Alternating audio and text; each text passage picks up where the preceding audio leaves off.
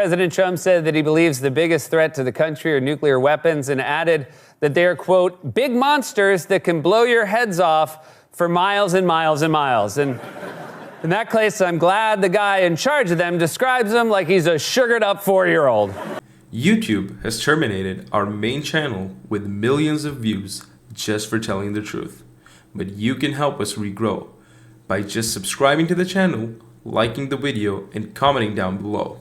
Thank you. On Trump's nuclear weapons description, when the man with the nuclear codes describes them as big monsters that blow your heads off for miles, it's less commander-in-chief and more show and tell at the kindergarten. This isn't just inarticulacy, it reveals a fundamental misunderstanding of the grave responsibility he holds. When asked by reporters yesterday aboard Air Force One about the possibility of a recession, President Trump said that his tariffs will make the U.S., quote, so rich you're not going to know where to spend all that money, unless, you're feeling like an omelet. When asked in a new interview about the recent market volatility surrounding his tariff policies, President Trump said, quote, what I have to do is build a strong economy. Cool, whenever you're ready. On Trump's recession denial, Trump claiming his tariffs will make America so rich you won't know where to spend the money while markets tank is like a captain drilling holes in his hull while promising everyone the best cruise ever. The disconnect between his economic fantasy and reality grows wider by the day. President Trump met yesterday with Ukrainian President Zelensky to discuss a potential, I'm kidding, you guys, he sold Teslas at the White House. I mean, look at this guy. He's like a reverse Oprah. I'm getting a car and I'm getting a car. That's right. President Trump and Elon Musk posed for photos with several Tesla vehicles yesterday at the White House. Just an incredible photo. This looks like the parking lot at a San Francisco divorce court. By the way, I count 4 things in that picture that need to be charged. President Trump viewed several Tesla vehicles yesterday at the White House. Used to be the only thing you had to plug in at the White House was Mike Pence. During a White House event yesterday, President Trump said that he was going to purchase a Tesla by writing a check and added, quote, I like signing a check. Yeah, we know. That's how you got caught. Never backfired on me once. President Trump announced on Truth Social this week that he would purchase a Tesla to support Elon Musk and called the company, quote, Elon's baby. Well, that's not true. If it was his baby, he wouldn't care about it at all. On Trump promoting Tesla at the White House. The White House lawn has become Trump's personal QVC channel. Nothing says I'm addressing America's economic anxiety like hawking luxury electric vehicles during a market downturn. It's government by product placement. President Trump repeated his threat to annex Canada yesterday amid increasing trade war tensions. God, America and Canada haven't been in a fight this bad since, well, I guess pretty recently, but still. Very recently. On Trump's threatening to annex Canada. Trump's Canada annexation threats represent diplomacy by tantrum. He makes outrageous demands, gets pushback, then he pretends retreat was his plan all along. This is a negotiation. It's international relations conducted with all the sophistications of a playground bully. Recent stock market sell-offs. During a briefing yesterday, White House Press Secretary Caroline Leavitt said, quote, we are in a period of economic transition, which is like saying the Titanic was going through a change in buoyancy. On Caroline Leavitt calling market sell-offs economic transition. Calling market crashes an economic transition is like describing a 5-alarm fire as terminal reorganization.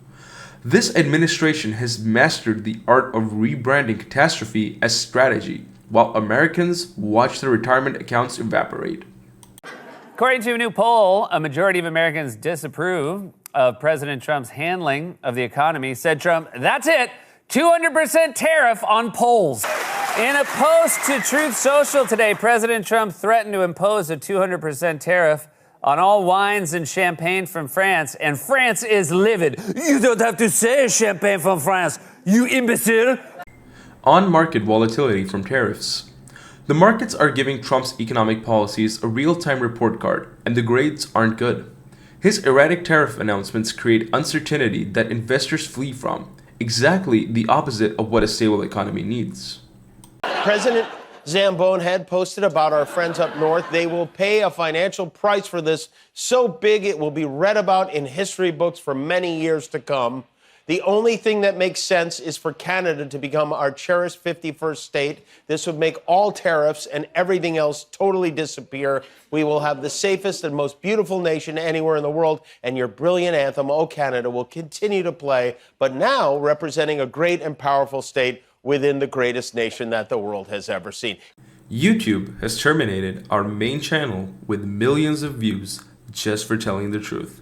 But you can help us regrow by just subscribing to the channel, liking the video, and commenting down below. Thank you.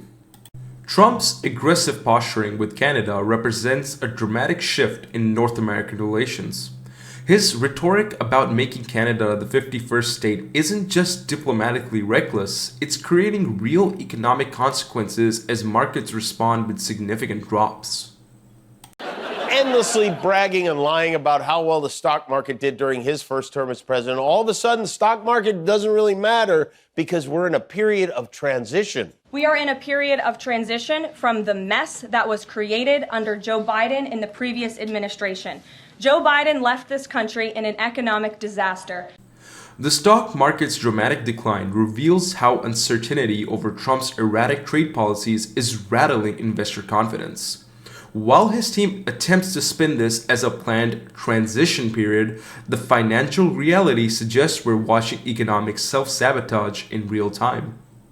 The fact that Trump is intentionally crashing the economy for reasons unknown, and some of them, I have to hand it to them, some of them are getting very creative. The analogy that's always worked for me is a drug addict, one who perhaps is addicted to heroin. Once they are pulled off that drug, they often struggle for life and sometimes have to take methadone to help them reach a level of health. Oh, all right, now it makes sense.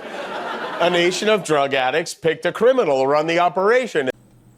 The administration's attempt to reframe economic instability as strategic distribution shows how desperate they've become to control the narrative.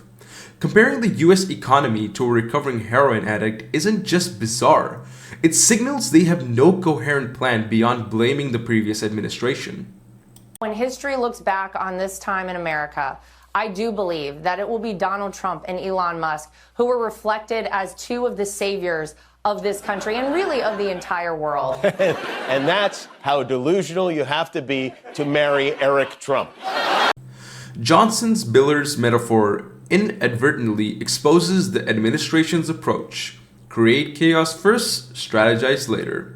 This break everything and see what happens governance style might make for dramatic television, but it's a dangerous way to manage the world's largest economy.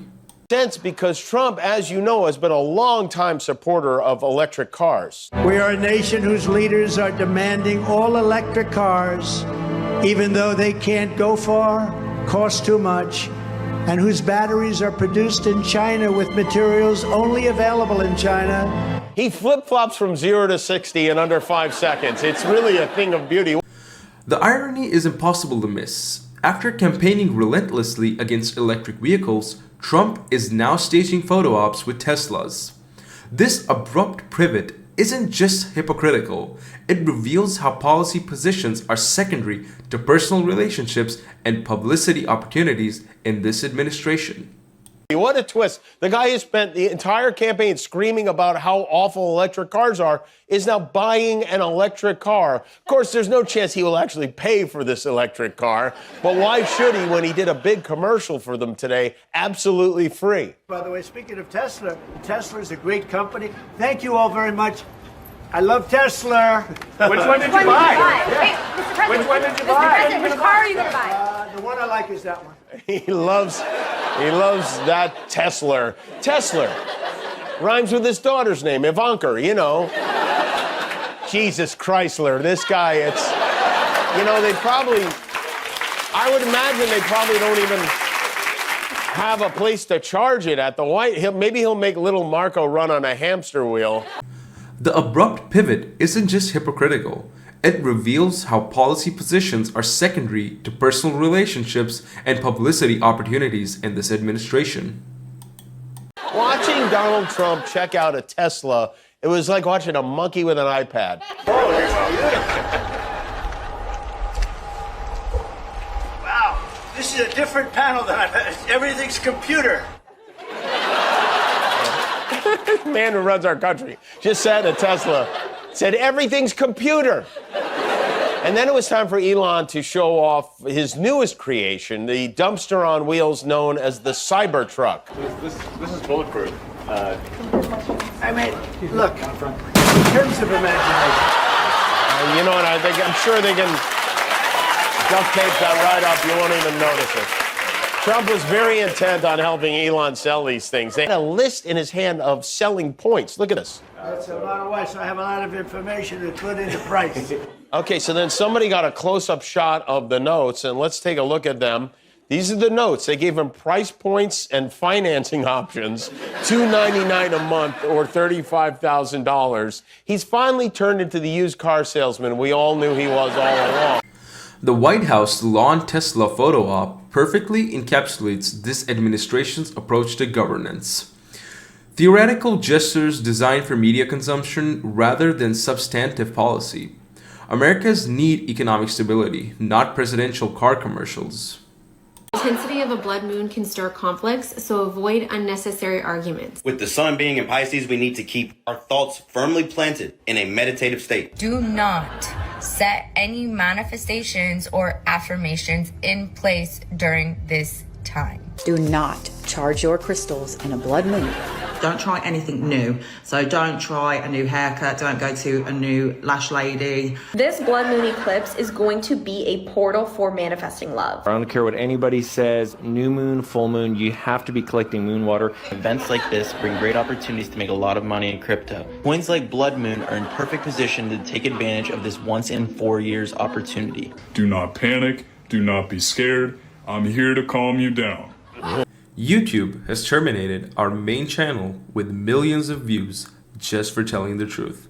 But you can help us regrow by just subscribing to the channel, liking the video, and commenting down below. Thank you.